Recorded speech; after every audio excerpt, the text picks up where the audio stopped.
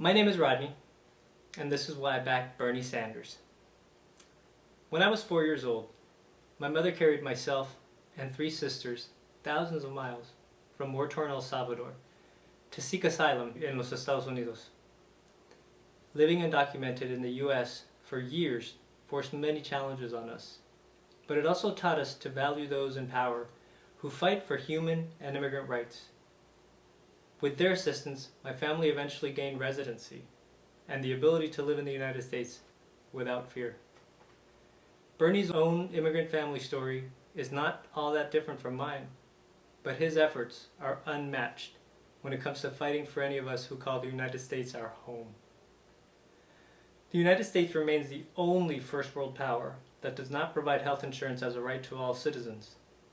Despite being an immigrant from the third world, it's beyond belief to me that my tiny homeland of El Salvador does just that, while the wealthiest nation in the world, in which I now live, is unwilling to consider the possibility.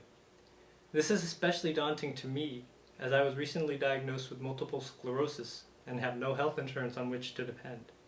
Bernie Sanders has been fighting this battle for decades, producing policies to implement that vision, and pushing back against the health insurance industry's tired arguments and misjustifications with the truth. Climate change is the most daunting challenge we now face, not only as a nation, but as humanity. We probably won't all choose to be child-free, or go vegan, or drive hybrids, or electric cars to save ourselves. We're convinced we are but drops in the rising oceans. Bernie's Green New Deal seeks to unite us all behind policies that, much like FDR's New Deal, can help reshape the very fabric of our nation and mitigate some of the damage that human ignorance has caused. This must happen as we prepare for what is yet to come, and address the inequalities that climate injustice has already caused. Imitators are now everywhere, repeating Bernie's decades-old policy views as if they were newly minted in their hands.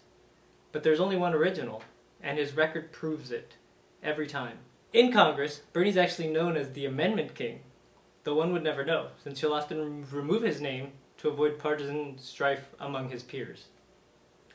For all these reasons and more, I acquired naturalized citizenship only months before the 2016 presidential primaries, hoping to cast my first vote in the US for Bernie Sanders, that diamond in the rough.